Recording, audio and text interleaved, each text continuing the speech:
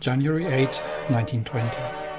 It is with a great sense of pride and duty that I accept the position of Chief of Naval Operations, taking over from my predecessor, Admiral William Shepard Benson, the first of us to hold this rank. The United States Navy has come a long way.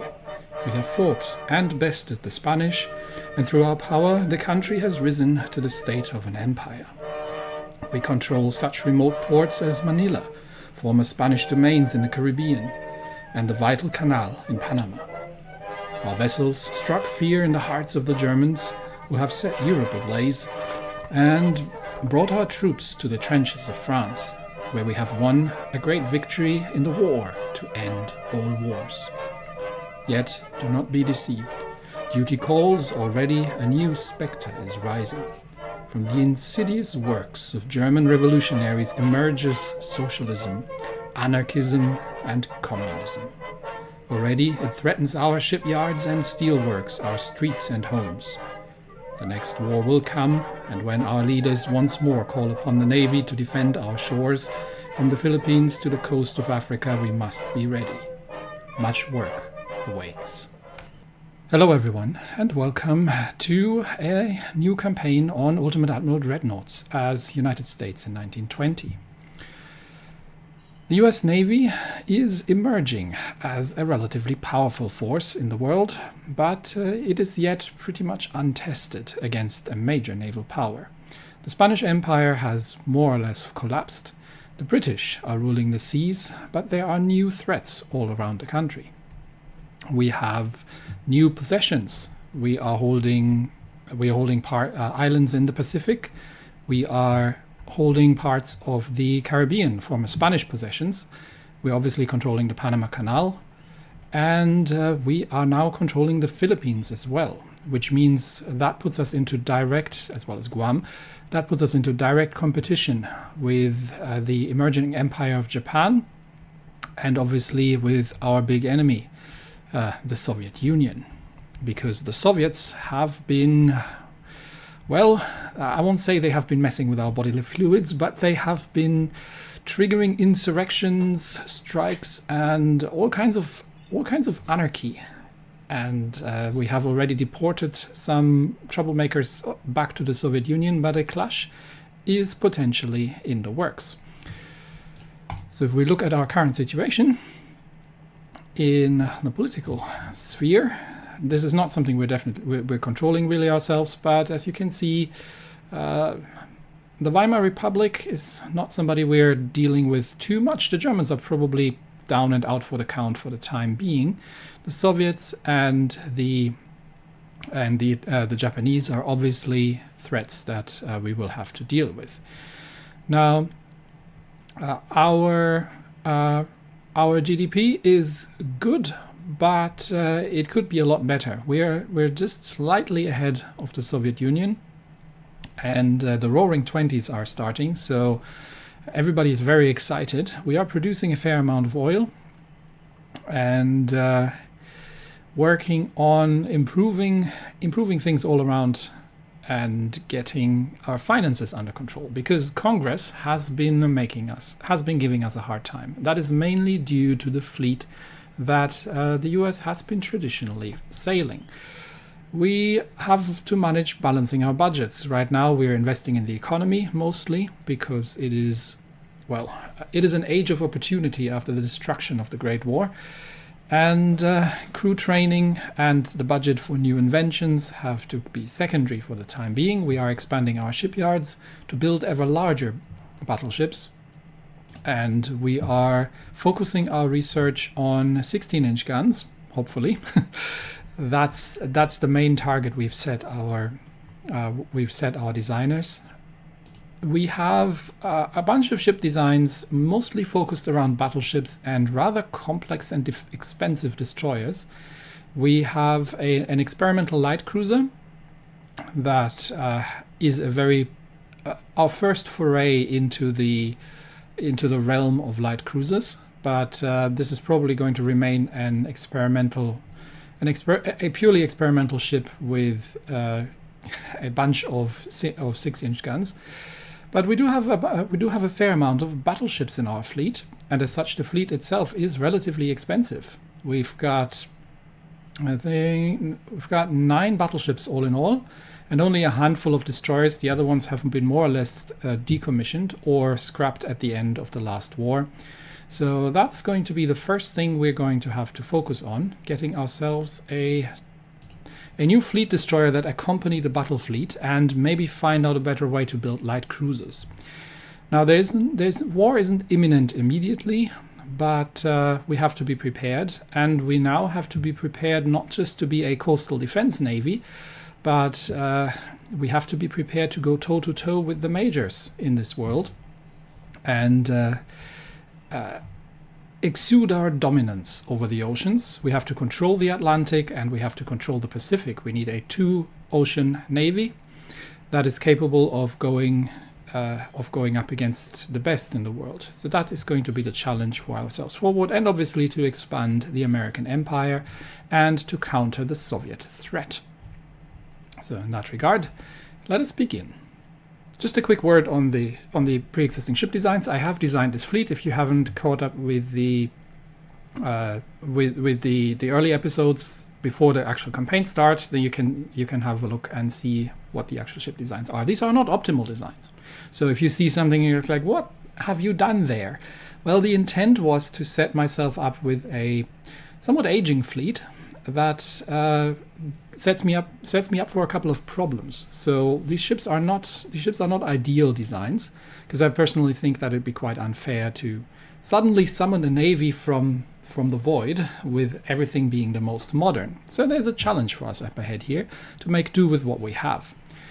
But let us begin with building a new destroyer, because while the Wicks and Clemson class designs are quite powerful, they are also quite expensive.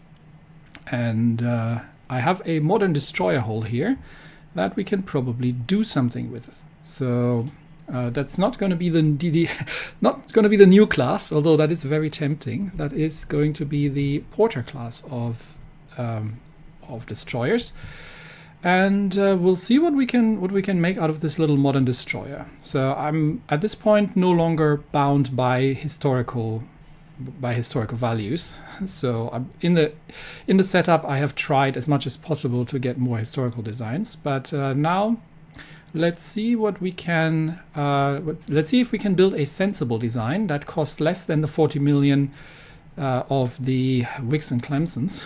But even if it's more expensive, I would like to have a more modern destroyer as well. So let's see what kind of tower we can put onto that thing. We've got 2,000 tons displacement to play with. Let's try to stick with the 2,000 tons and see what that's going to look like. And we obviously have to keep an eye on the price tag, because Congress is breathing down our neck. So we'll start with the best, and then we'll wind it down as we go. So this tower isn't even fitting. Okay, let's see what we can make fit. It looks like these refit towers we probably would have to make it a bit wider. So what's the big difference between these? That is giving us a +5 base accuracy, whereas these things set +7 up to +9.5. So yes, definitely the refit tower would be better. So that would be nice, but we probably don't have the beam for that. So let's make her a bit wider. Can we even fit that at all? Full beam? Yes, we can actually. So how far can we bring this down before that becomes a problem? Okay, there we go. So we'd have to go with... okay, come on. Alright, so that is not fitting. So I think it's really just full width beam would allow us to get these refit towers down. Can we get that? No. Yeah. So we'd have to go a very wide destroyer. I think we're going to. How are these looking? Can we? What if we go half? What if we go halfway? Can we fit these in? We could fit the small refit tower 1, which is slightly better than the advanced tower, but I think I'm going to just stick with the advanced tower, to be honest, because I'm looking at the price tag as well, and this one is by far the cheapest. So let's get that down. Now, we can also... Oh, can we actually fit these? Can we fit these down here? No. I would have been surprised if we could, but you never know. So advanced tower it is. We might put it down, but we'll start putting up top for now. We do need a secondary tower, and given that this is the Porter class of destroyers, I would like 8 5-inch guns if I can. Now we'll see if that's... you do have to excuse me if I'm getting a little confused with my inches here, because that is not my native language, but let's see what that looks like if we are going to stick a super firing barbette behind and put that 5-incher up here. That would be the forward. We're still at 17 million. And the we have barbette towers. So let's see what these look. So these are targeting towers. But we could put what is called a barbette tower behind, which I assume has a barbette, which would be great because we need a twin set of guns backwards as well. So what if oh, we can even fit this one. Okay. That is relatively massive, and we might want a smaller one. Let's go a little bit smaller. There we go. And that means we can put a gun rearwards, and then we'll just fit that behind it. And can we? The big question is, yes, we can fit one on. Nice. Okay, so that's a good start. We do need torpedo launchers. I do have quad deck launchers. We do want center-mounted torpedo launchers, not the side-mounted mayhem that we had on the Wicks and the Clemsons. So if we put two center-mounted for 8 torpedoes, then we just need a couple of funnels here. So. What is that gonna look like? We might be able to get away with 2 of these because we're gonna need 2 anyway. Unless we okay, let's keep going first. We're going for many bulkheads. What's the design speed on that hull? Design speed 35.5 knots. So that's probably what we want.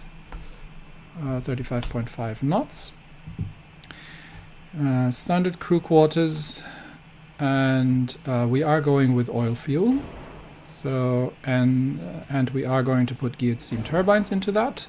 Let's see what we can get out of natural boilers if we use the biggest funnel possible. Yeah, I would love the engine efficiency to be above 100%, especially for a destroyer, because if I need to wiggle and torpedo dodge and change speed quite often, then that's definitely something I need. So I'm going to need to. I could get away with 1 funnel.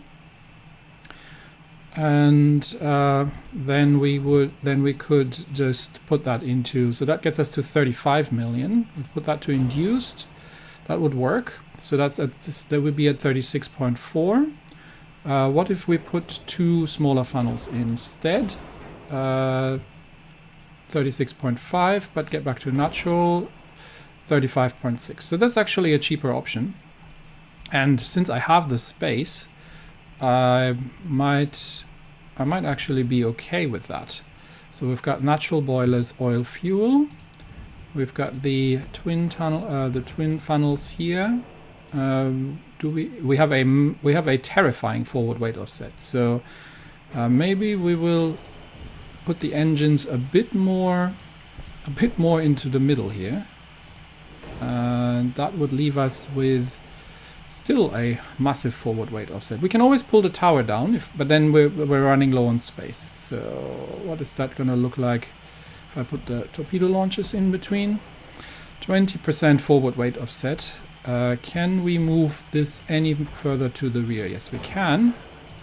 Although how that works with the mine launching sets is anybody's guess.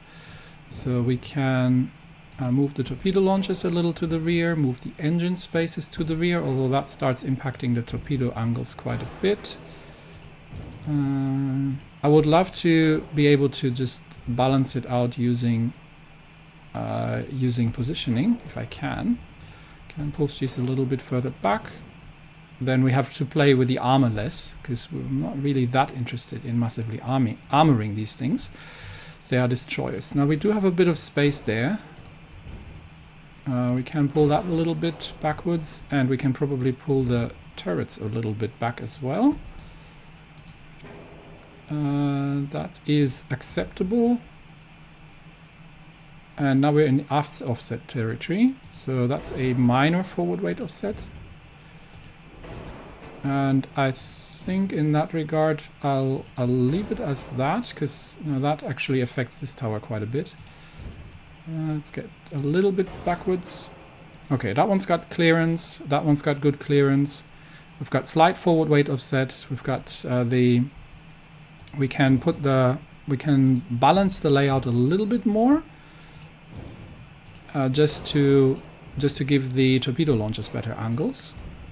Okay, that one's got good angles. Now we've got still a bit of a forward weight offset, but it's not too terrible. But we're already at 35 million, so I think they're not going to get much cheaper. But they are at least somewhat more modern than the other designs. So we'll have to compare them actually. These were 41 million. And these were 51 million. Yeah, so the Clemsons are still significantly more expensive than these things. Although the Clemsons were of a very similar design. Plus, they have more torpedoes, but they are side mounted. Whereas these things are a smaller displacement. Actually, one thing we can possibly do, because we do have the space and we do have 400 tons to work with. What if we make the ship a little shorter? Can we save? I mean, we don't need the 2,000 tons displacement. What if we go down to 1,800? Okay. So now, obviously, we need to get everything sorted again, because the ship's now significantly shorter. Let's see if we can make this work. Let's get rid of the torpedo tubes first here. Although that does look a little cramped. Torpedo tubes go down there. Superstructure goes about here-ish. And let's get rid of that one first. That we pull the forward barbette down. Don't need another barbette, but give me another gun down on the ground. And there's my one torpedo tube, which does have a questionable angle, so that's that. But yeah, I think we're not going to be able to fit that in with a shorter design unless we push the guns more forward. How much forward can we push them? We can push them up to here. So if we put the turrets a bit more forward, well, we're not going to get a torpedo launcher on deck, so that does not give us an awful lot of space. But we can put the funnels right here. And what we can do is we can go with a single large funnel. That works. And then we have, is this already all the way back? I think this is all the way back. There we go. Is that straight? Yes, that's straight. And we can push the superstructure back as much as we can without too terribly impacting. No, I don't want to get rid of that. Undo. Give me my gun back. There we go. But the problem here now obviously is that we don't have enough space, I think, for twin launchers. Oh, we do. Okay. Bad forward weight offset, however. Is that going to, but noticeably cheaper. Is that going to be able to fit if we put it like this? And is that helping? That helps. Forward weight offset is much better. We can still pull this a little back and pull these back as well. And there we go. Now we do have an aft weight offset. In that case, we probably just want to put the funnel back over there. We can probably even get, we're natural boilers, but with this, no, that one's not going to be enough. That one I can work with. So that's the funnel. and then the quad launchers. These quad launchers are expensive, but I mean, quad launchers. We could go with triple launchers. They would have the same broadside weight effectively as the Wicks and the Clemsons, but they're effectively costing half. The quad launchers are costing twice as much as the triple launchers. So maybe 2 triple launches is the way to go here. There we go. And now we're down to 30 million. We still got a forward weight offset, however. So I think that funnel arrangement is not quite working the way I want it to, which means we are going to have to put it in the middle. There-ish. And then put the other torpedo launcher in front of it. Now we have a slight aft weight offset, but that's something we can work with. So not the greatest torpedo angles in the world, but we can't put any secondary guns on these. So the smallest we could would be a 2-inch twin, and we kind of have the mounts here.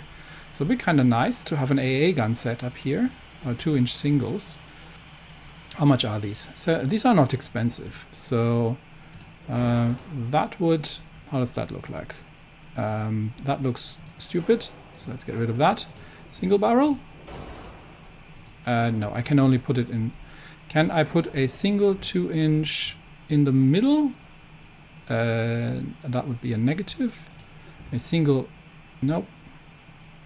So if I put one in here, I can't fit another one on the other side because reasons. Okay, so we're not putting those.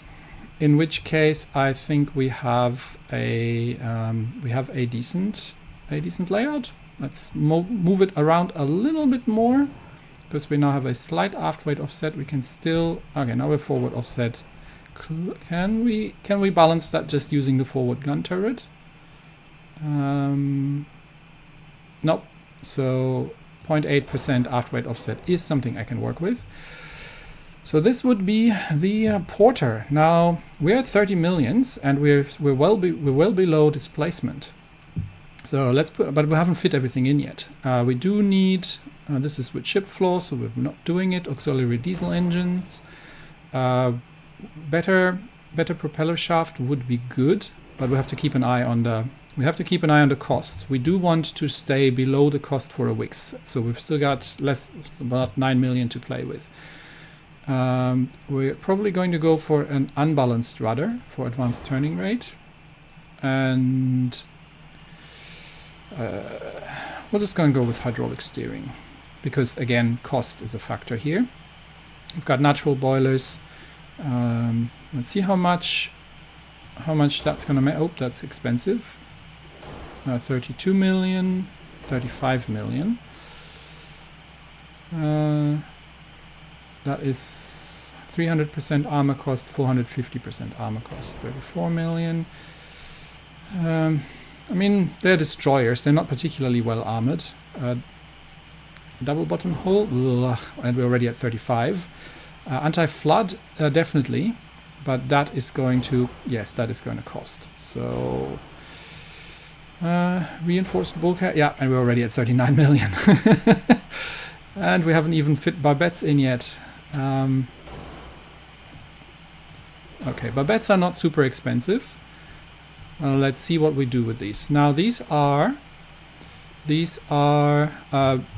okay, we have to compete with the Clemson, not with the Wix, because the Wix has 4 single 4-inch guns, and this thing's got 4 twin 4 inches, and this one's got 4 twin 5 inches, and we're still cheaper than a Clemson. So I think we're okay.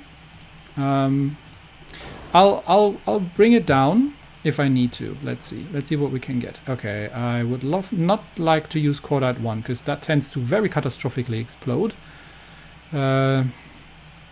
Let's go with tube powder for now, and TNT or picric acid. This is TNT is the safe option here, so that would be decent. We obviously, oh yeah, we want 20-inch torpedoes. That's immediately going to make this more pricey already. And yeah, we don't want we don't necessarily. We could get the fast torpedoes. What's the range on these things? Where do I find that? Let's see. Oh, here we go. 9.5 kilometers. That's actually not bad. So if we were going with fast torpedoes, that would significantly... well, it's increasing the speed, so it's easier to hit. What's the cost factor? That's actually the same. So now we would have 6 kilometer range. Okay, yeah, that's pretty bad. Now let's stick with standard torpedoes. And we could go for enhanced reloading. How much? Yeah, that's $500,000 immediately. And it's going to mess with the traverse speed, so we would have to go for electrical turrets, which is going to be making everything more expensive. So let's stick with standard reloading and hydraulic turrets. This is an austerity design after all. We do have to stick rangefinders in. I probably want the coincidence rangefinders. I don't really care about long-range accuracy. These guys are making the aiming, getting us faster to aim, and they're also not as expensive. So yeah, that's plus 110% cost, and this is plus 65% cost. Okay. All right, and we do want yeah, they are fleet destroyers, so we do want anti-submarine operations. They don't need radio direction finding, I think. While it's good, it's also expensive. Let's see. Yeah, that's another 500. Okay, that's a bit cheaper. We don't need mine laying capabilities. However, we do need mine sweeping capabilities. How much is that going to cost me? It's not too bad. And we obviously need depth charges. So, yeah, expensive that is.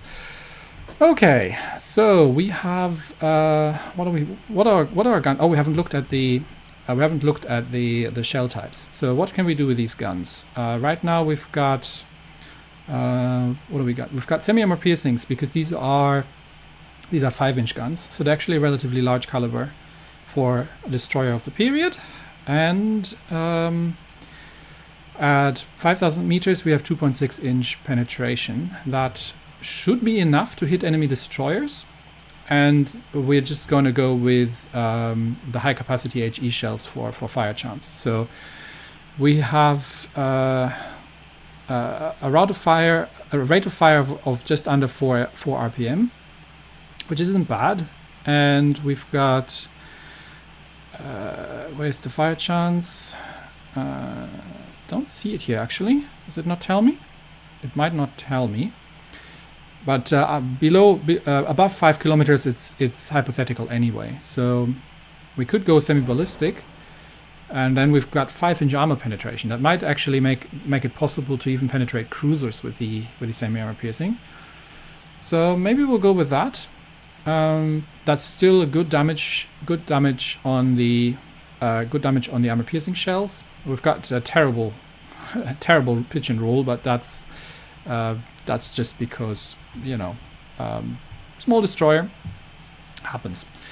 We do want probably standard ratio, because I'm not going to be firing HE at enemy destroyers. Although, I mean, if we were to go something like base fuse, what would be our HE pen?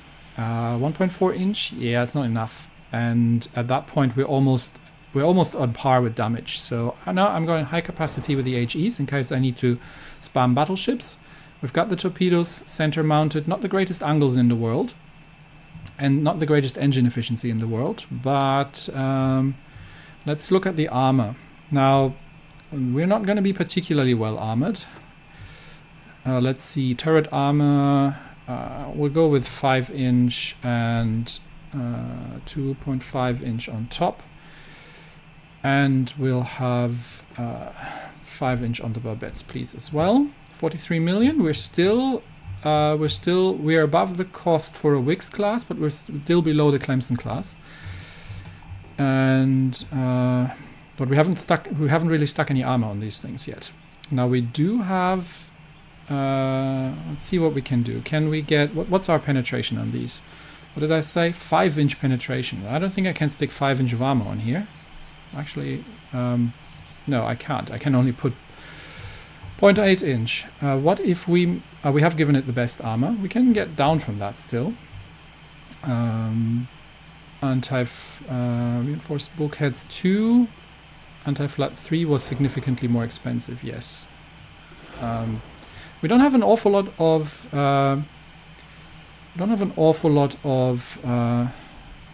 0.8 inch is pretty much what we can stick on these. So they're more or less unarmored anyway. So I'm almost... Let's see how much armor we can stick on it before it actually gets overweight. Yeah, 1.1 inch, and so that's the most armor we can stick on the ship anyway. Now, is that going to make a difference? Because, well, at angles maybe, but it's less than an inch, and these guns are going to be punching right through something like that. Plus, we're overweight. We could, where we're not 48 million, we could go cheaper armor, but it's going to be heavier, which is not going to be worth it. Okay, so let's make it half an inch in the aft. We're definitely going to do half an inch splinter protection on the super, half an inch forward, and we can do the same with the deck armor. 0.5 inch, and we have, honestly, the conning tower can do with 1 inch. There we go. We do have an aft weight offset, so we can increase the forward deck slightly. There we go, and we are balanced pretty much. Engine efficiency isn't great, but I would have to throw induced boilers in there, which would make the ship more expensive and would cost us weight. How much is that going to cost me? 800,000. Yeah. All right, what are we looking at? If we were putting induced boilers in there, we would get better acceleration, definitely. Right now, we've got 10 knots per second acceleration. That's okay, I think. We're losing a fair amount during turns, but with almost 10 knots acceleration, I think we're okay. We've got a 219 meter turning circle. We have the six deck launch torpedoes and 4 5-inch guns. So this is definitely more of a gunboat. And we've got minus 15% fire chance, minus 40% flooding chance. And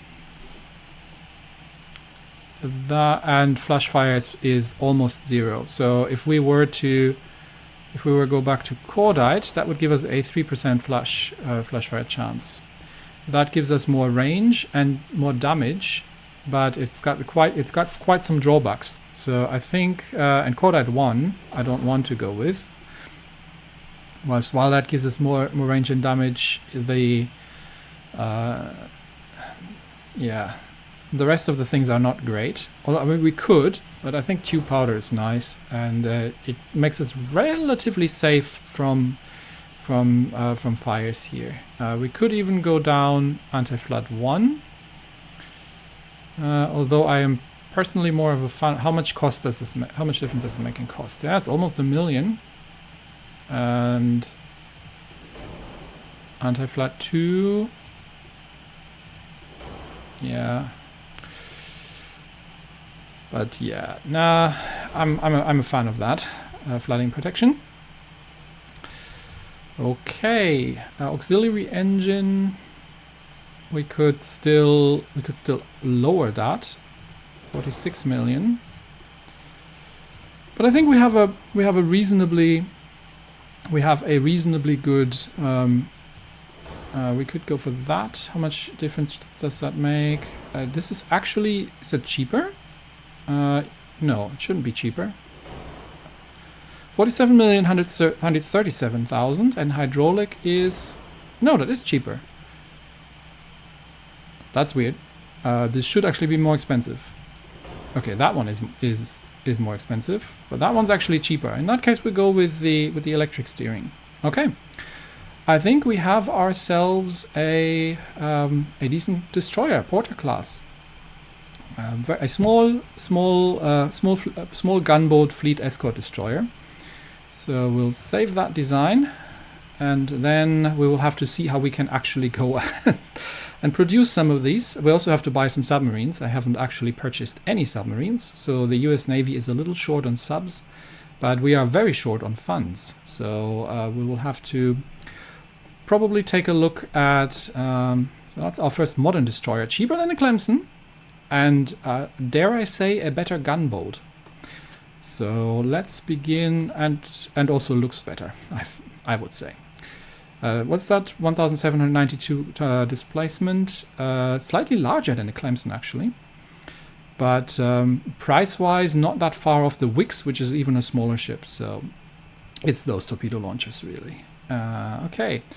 How much money do we have? 32 million. Yeah, so we're not building anything right now. Maybe a couple of submarines we can build.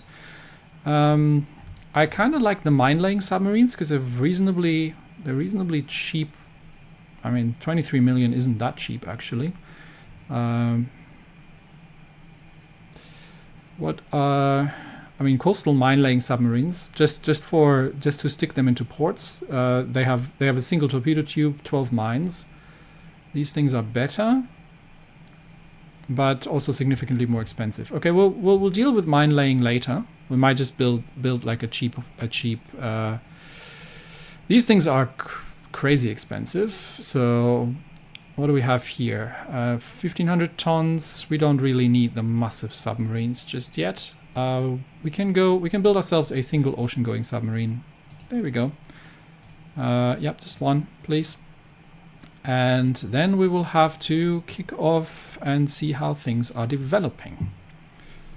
We have researched the fully automatic gun reload technology. The Bureau of Ordnance has brought us some new blueprints. Not yet going to include that because it's a very new design, but something to have. And improved diesel-electric submarine propulsion. As we have feared, the Japanese influence is already spreading. Colombia has signed a special alliance and trade agreement with the Empire of Japan, which means that the Monroe Doctrine has been violated to a degree because it was geared towards European powers, but we very much object to Japanese influence in the south. It looks like we have threats from two directions, both from the communist side and from the new imperial ambitions of the Japanese Empire.